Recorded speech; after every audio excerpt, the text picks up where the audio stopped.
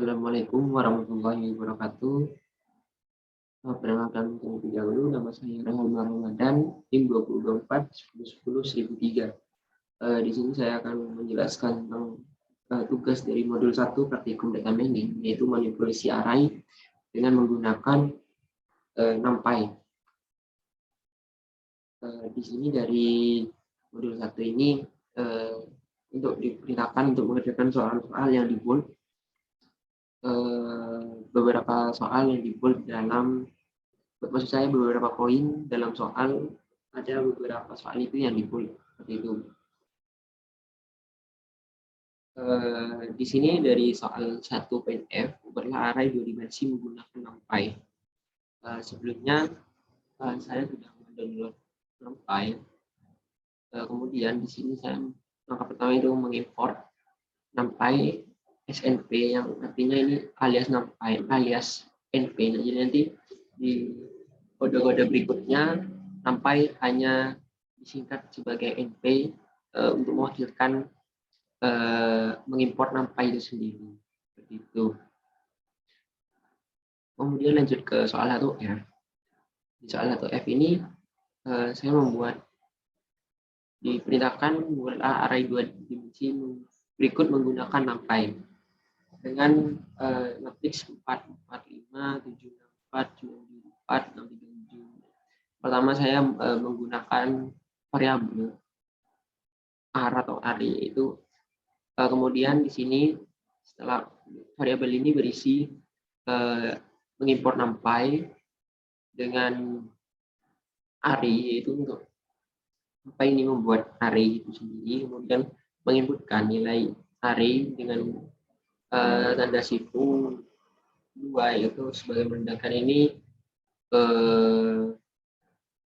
array 2 dimensi seperti itu.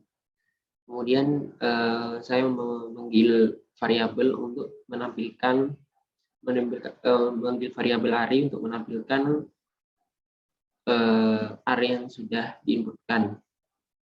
Jadi hasilnya seperti ini. Ini terdiri dari baris dan kolom. Seperti itu. Lanjut ke soal 1.g. Buatlah array 3D atau 3 dimensi berikut menggunakan NumPy. Sama halnya seperti soal 1F, saya membuat variabel terlebih dahulu, kemudian mengimportkan NumPy dengan disingkat NP untuk membuat array, kemudian menginputkan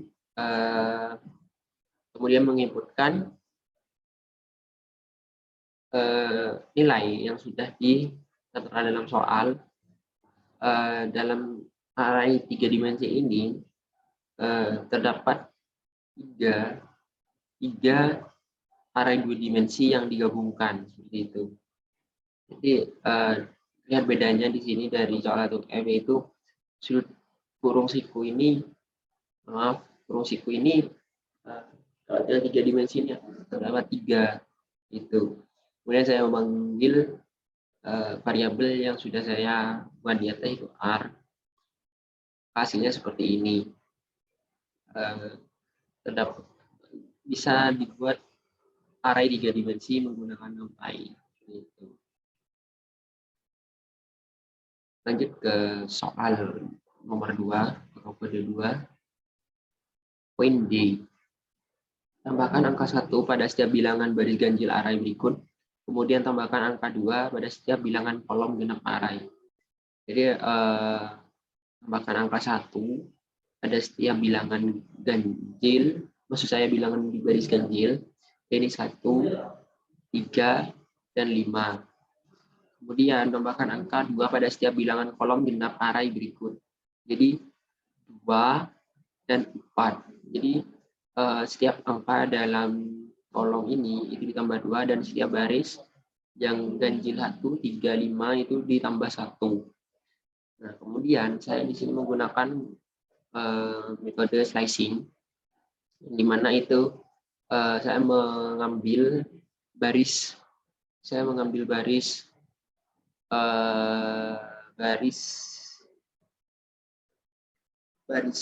ganjil, yaitu sama slicing ini dia menerapkan metode start stop step.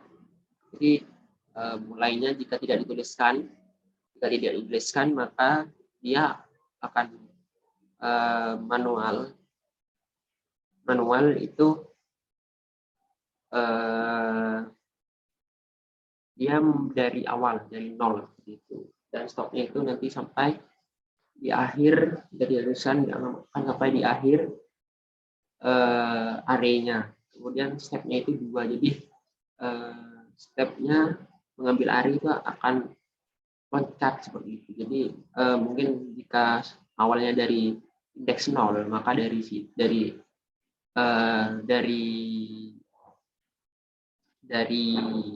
array yang pertama, dari matriks yang pertama ini, kemudian stepnya 2, yaitu 0, 1, 2, jadi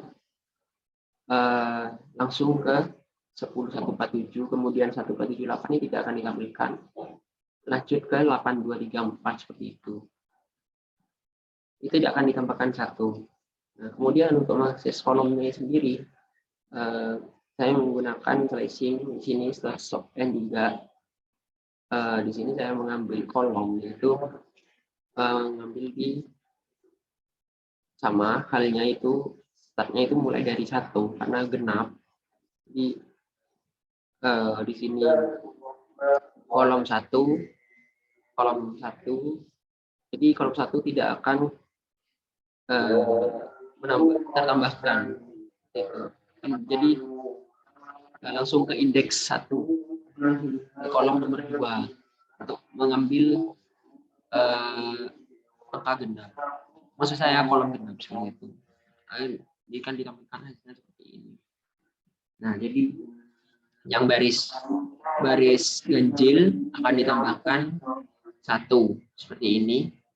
Kemudian yang kolom genap akan ditambahkan 2 seperti yang di sini ini. Seperti itu. Kemudian lanjut ke poin E, baliklah sumbu Z array 3D berikut. Poin E ini dari 2E ini ini pertama membuat arraynya terlebih dahulu, kemudian saya membuat variabel di sini untuk menyimpan array 0 yang berarti untuk menyimpan satu matriks. Untuk menyimpan satu matriks di sini, jadi dari matriks 785 sampai 5410 seperti itu.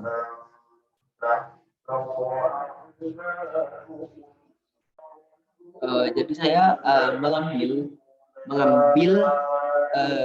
matriks 2 dimensi pertama itu disimpan ke dalam variabel. Kemudian saya menukarkan array 0, array yang matriks pertama itu ditukar dengan matriks yang paling belakang. Seperti itu logikanya. Jadi pertama menyimpan nilai dari matriks yang pertama yang ke 0.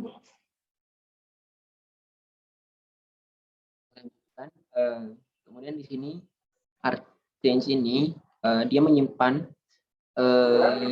matriks pertama. Kemudian matriks pertama itu akan ditukarkan dengan matriks yang terakhir. Nah, kemudian matriks yang di posisi terakhir akan diisi dengan argents. Argents di sini sudah membawa nilai dari matriks yang awal pertama tadi, seperti itu. Akan dijalankan seperti ini. Nah, jadi yang pertama 785 per 77 dari matriks yang ini, dia posisinya ada di terakhir, dan kemudian yang di terakhir 293, 248 matriks ini berada di awal, seperti itu. Kemudian dari soal F, poin 2F, soal 2, poin F, ubahlah array pada soal E menjadi array 2 dimensi berukuran 6x6 dengan hanya menggunakan perintah receive. Di sini sama dengan di atas array-nya, dengan menggunakan perintah receive 6x6 seperti ini, maka akan menjadi dari array 3 dimensi seperti ini akan menjadi array 2 dimensi seperti ini. yang dimana setiap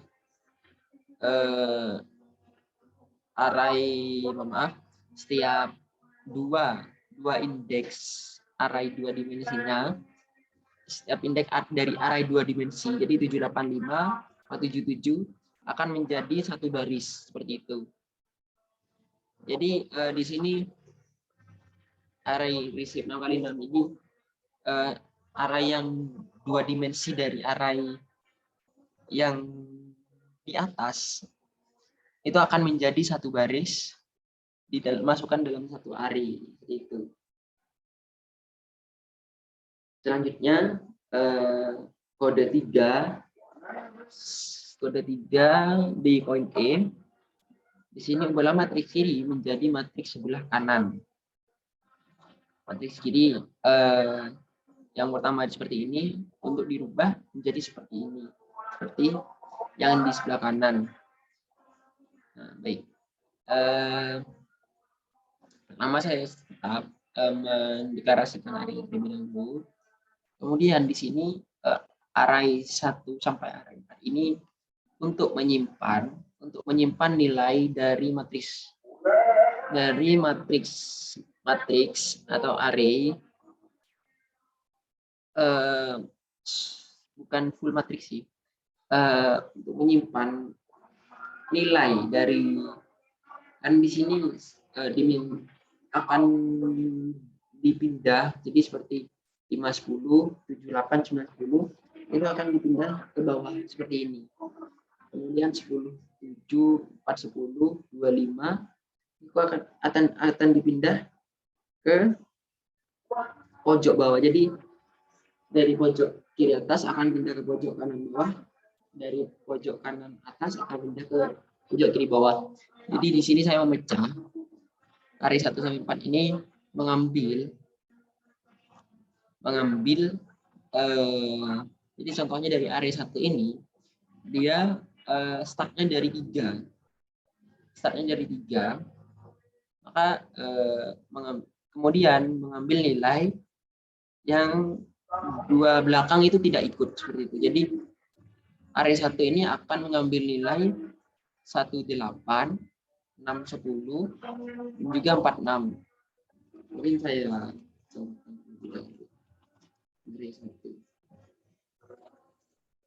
seperti ini. Jadi dia slicing itu startnya dari array 3, 1, 2, 3, kemudian ngambil dari sini 1, 8, kemudian men-slicing 2 dari belakang dari array tersebut tidak ikut, seperti itu. Jadi ngambilnya 18, 6, 10, juga 46, seperti itu.